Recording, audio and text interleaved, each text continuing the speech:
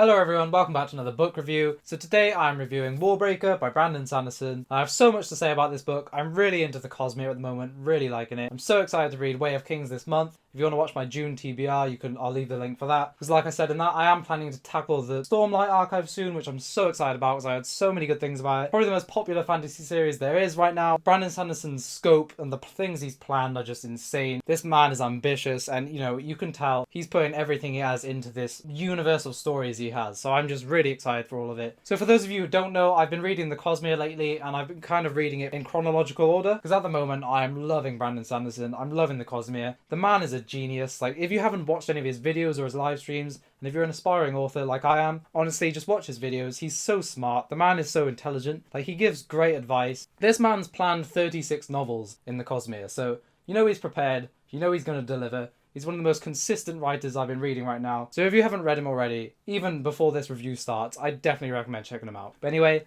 let's get into this review. I have a lot to say about this book. So basically what Warbreaker is about is set in this world where, as always with Sanderson's Cosmere novels, there's this unique magic system that kind of dictates, how the world works, and it's really properly woven into the world building and plays a huge part in the world itself. That's one of the things he's really strong at. Just interweaving his magic systems with his worlds and just making it such a realistic world if that magic was to exist in it. How the magic system works in this book is that every single person in the world has something called a breath. So everyone's born with one breath and it's almost like the currency for this magic system.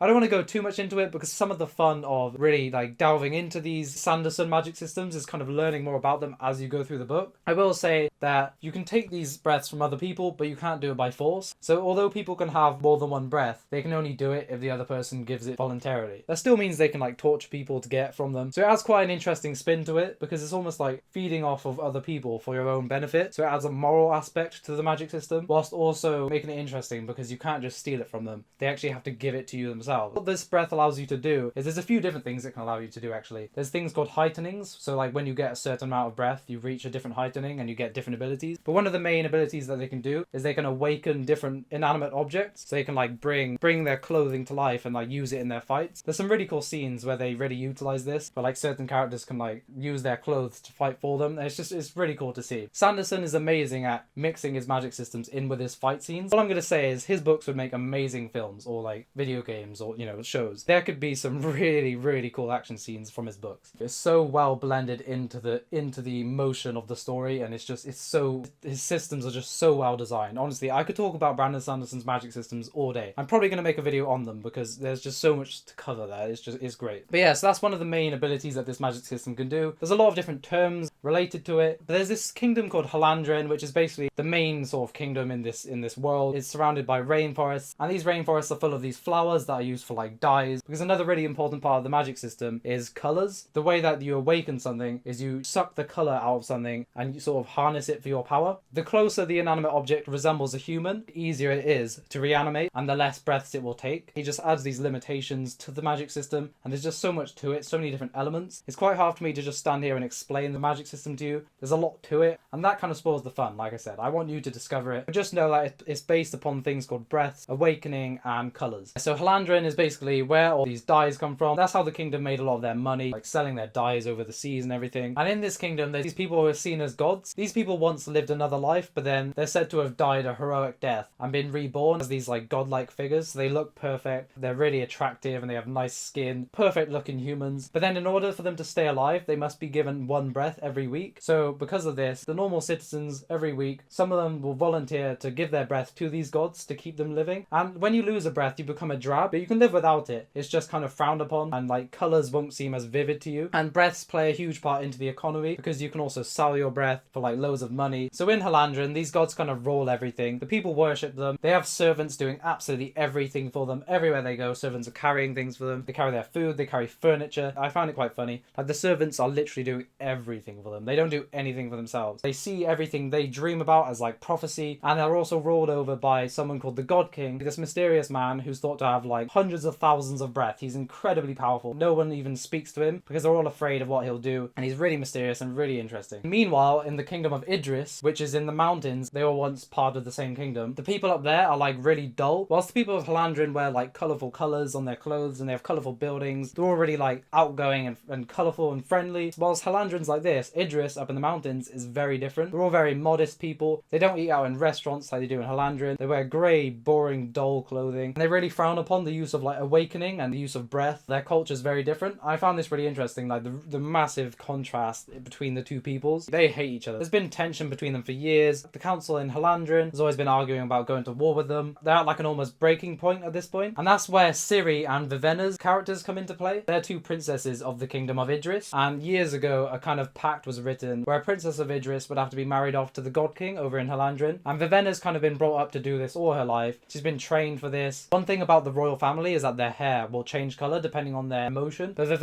she's been trained not to do this, to hide her emotion. She basically is the complete opposite of Ciri. While Ciri is really open and friendly and loves to talk to new people, to wear new clothes. She's like very rebellious, but her family's always kind of frowned down on her for being like this. It's just very different to the way her people act. So whilst Vivenna's always been brought up to serve this purpose, Ciri's always been the ignored one, the little princess who's never really been that important. She just kind of does her own thing. But then of course there's a few mix-ups. The king of Idris thinks that his oldest daughter Vivenna, he thinks that she's in danger, so instead he ends up sending Ciri, which puts a bit of a spin on everything. Ciri hasn't been brought up to do this. It's been Vivenna's purpose her entire life, so this adds a bit of conflict in both of their characters. Ciri has no idea about politics or anything. She's being thrown right into the mix of things, and whilst Vivenna, she's now just kind of left with no purpose and nothing to do. One specific storyline I really enjoyed with Ciri was just her meeting the God King. I really enjoyed that storyline. But Vivenna, who she can't take being useless, so she decides to go to Halandrin with the intentions of saving her sister and like pulling her out of the city, whilst also trying to weaken Halandrin for the inevitable war that they will be fighting against Halandrin. So some people might think this is quite similar to the premise of Elantris. At first it does sound quite similar. I did think that at first. If you read this you realise it's nothing like Elantris. This is so much different to Elantris. The other main character that we follow is actually one of these god figures themselves. This character is called Lightsong. Now Lightsong is definitely one of my favourite characters in this book, if not my favourite. He's just such a funny character. He's basically this god who doesn't really want to be a god. He kind of questions why he's a god. He's just incredibly lazy. Whilst all the other gods are scheming and getting into politics in the courts, Lightsong just can't really be bothered to do anything. He just wants to lounge around, let his servants feed him and just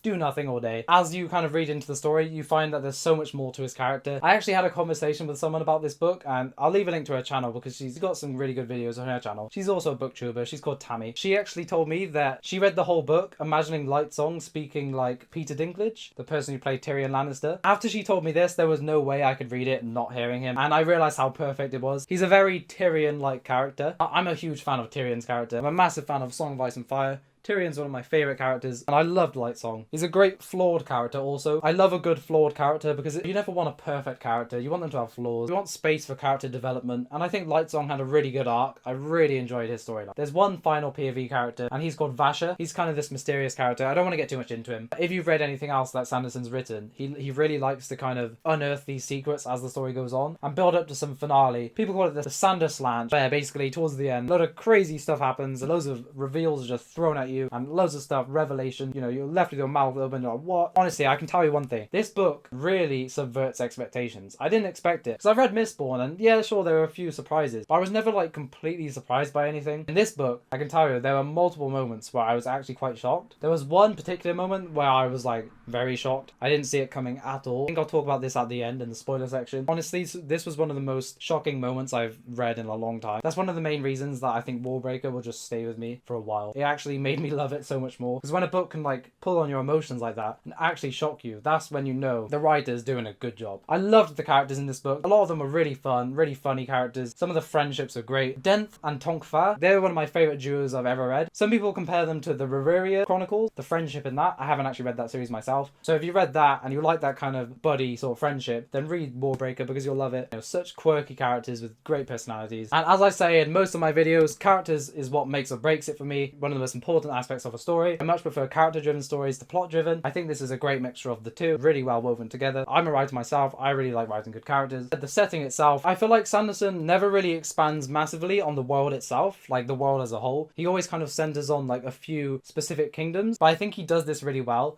He builds up like a really good cultural background and history and lore. You can tell there's like previous battles fought, and the magic system's woven into this history. Like you hear about the Awakening being used to fling, catapults, like catapult boulders during sieges. There's just really interesting, unique ways of using this magic system. Sanderson's world building isn't on the scale of like, I'd say, George R. R. Martin, where he can like build this world where you're familiar with like everything in it. I will say that I haven't read the Stormlight Archive yet. I've heard that the world building in that is absolutely amazing. I'm so excited to get to that. But I think he's very good at concentrating his world building and centering it on a few specific places. Rather than building these massive worlds, he likes to build small but in-depth worlds. Magic system, I don't think I have to say anything else about that. The magic system is great. One of the best I've read ever. Sanderson never fails on this front. A star on the magic system. The plot wasn't anything like massively unique. The girl being married off to this god king, this horrible person who they don't really trust. The sister trying to save the other sister. It was the things he added throughout the story, like the characters and the magic and the interactions, that made it so different from anything else I've read. And like I said before, some of the twists and some of the reveals are so impactful. One thing I will really quickly add in is that this book is like an emotional roller coaster of just emotions. Sanderson really, really pulled it off well in this book. There's very few books that I've read that really effectively put you from one emotion into another. In some moments in this book, you're happy, you're smiling, you're feeling so good about what's going on. And in other moments in this book, you're literally like feeling depressed and sad, and you just feel like almost futile. Some of these characters go through a lot of crap in this book. Now, I'm going to find it really hard to give any negatives about this book. Now, I did do my Elantris review, and honestly, I think I may have been a bit too generous on Elantris. As much as I loved it, it wasn't a perfect book. There were quite a few issues with it. Some of the pacing was a bit off at times, I admit. I think if I was to redo the review, I'd probably give Elantris like a 3.8 out of 5. I did give it a 4.5 out of 5. I'm trying to be a lot more strict on my ranking. I've realised that I've been giving certain books just a bit too high, because then when there's these books that really, really deserve these high rankings, it makes them look not as good compared to these others. So as much as I love Elantris, I recommend it a lot. I'm going to give it a 3.8. I'm going to give Warbreaker a 4.2 out of 5. And I honestly, I struggle to give any weaknesses to this book. A few things I will say is that there's not like a whole lot of action in this, quite similarly to Elantris. If you've read Mistborn, you might want these really cool fight scenes. There are some in this. The fights that are in this are really cool. I didn't get quite as much as I would have wanted, just because I love seeing this magic system in action.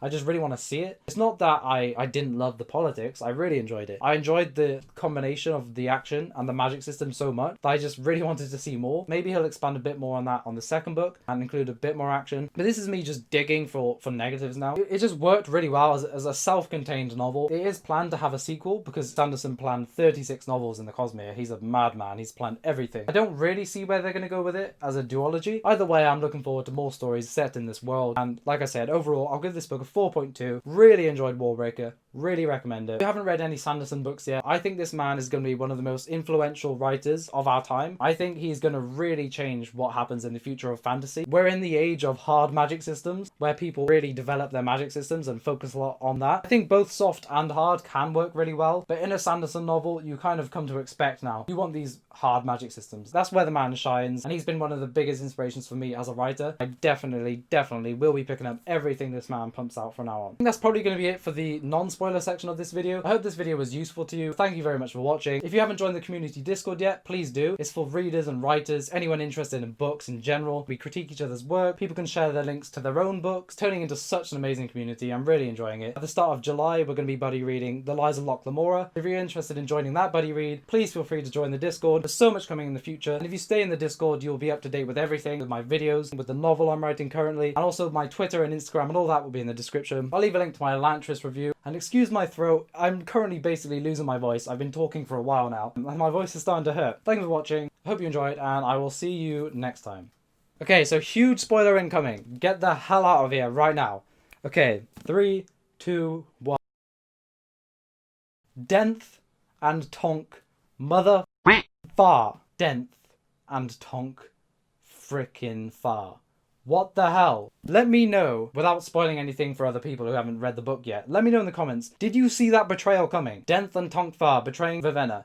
Honestly, this was probably one of the most impactful betrayals or reveals I've ever read in a book before, and it affected me so much. I enjoyed their charisma and their relationship so much that when I got to this part, I was like, okay, there is no way this is happening. There has to be a mistake. I thought like it was a trick, or they had to pretend to be against her, but no, it was. I was shocked, honestly. I couldn't get over it. It took me a while to get over it, and honestly, I was happy to see Denth die, because That guy, what the hell? Honestly, I can't believe it. They were such great characters. This book just surprised me at so many moments. Bluefingers, I didn't expect him to be the villain, the person behind everything. Not that it really affected me much, because Bluefingers wasn't really that interesting of a character. He didn't really have that much to say. I think Sanderson just really expertly diverted your expectations and your suspicions. He set up these priests to be these assholes, pretty much. You basically spend the whole book kind of thinking these priests are the villains. How they cut out the God King's tongue. I think that kind of diversion of suspicions was really well done. But I don't think it was done as like amazingly as it could have been, because obviously Bluefingers wasn't really set up that well. But I do think it was just really cool how you thought he was the only person who Ciri was safe with, when it turned out he was actually the real bad person behind it all. The God King, I absolutely loved the God King's character. I really liked his relationship with Ciri. I thought that was so nice. I just smiled at some of these scenes. I know it's not massively unique, the evil God King turning out to be the nice guy. I still really enjoyed it. The fact that he was mute, I think, made this a lot more interesting as well, because I just really liked seeing their relationship despite the fact that he couldn't speak, and I liked how it developed. Sanderson didn't just jump right into it straight away, where it's like, okay, they don't talk, now they're in love. He did it really well, and he did it gradually, and I just really liked this gradual build up. She thought he was this horrible person, and over time she got used to him, she got to know him,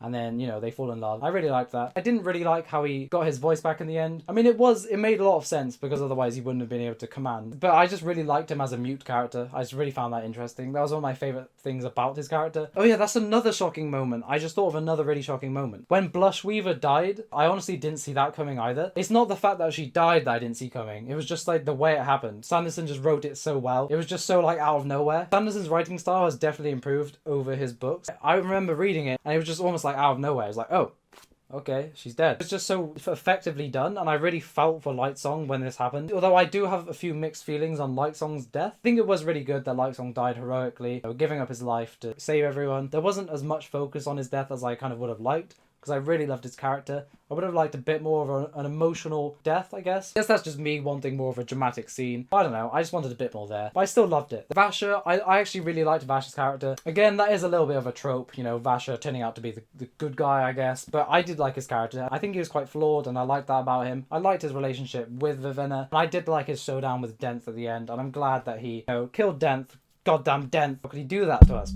How can I go so quickly from loving these characters, absolutely despising this guy for doing that? The way he gave these hints throughout the book, you know, saying how, like, oh, we're mercenaries, but you don't trust us, blah, blah, blah. It was so well done. He's basically telling you to your face, these people, you should not trust them, they will betray you, they will kill you. This guy likes killing stuff, he likes torturing people. He literally tells you the whole book, and yet you're ignoring him completely. I enjoyed the climax at the end. Though the climax was a bit back and forth, like, there were a few parts where, like, I don't know, when Vasher fell out the building, and he went back in to fight again, I don't know, it's just a bit like stopping and starting. I would have preferred just to have this didn't have that much of an issue with it. I enjoyed, like, the backstory behind Vasher and Denth. The reveal at the end, where it turns out that Vasher is one of these gods too. That was quite interesting, and I think that was them sort of setting up for the sequel, you know, with Vivenna and with Vasher going off on their own journey. I'm not really sure where Sanderson will go with this, because like I said, it's only a duology. One thing I'm really excited about, I've heard that there's quite big connections from Warbreaker, the Stormlight archive. So I'm so excited to read that. I'm so excited to delve into these connections. I think I'm going to do videos where I just talk about the Cosmere and the connections. I think that's probably the end of my sort of spoiler section. I really enjoyed it. Let me know what you thought about it. Feel free to join the Discord below, because we're doing buddy reads. We're doing them every month. I hope you enjoyed listening to my thoughts. I think I'm going to include a spoiler section in all my reviews from now on. Thank you for watching. I hope you enjoyed this video, and I will see you next time.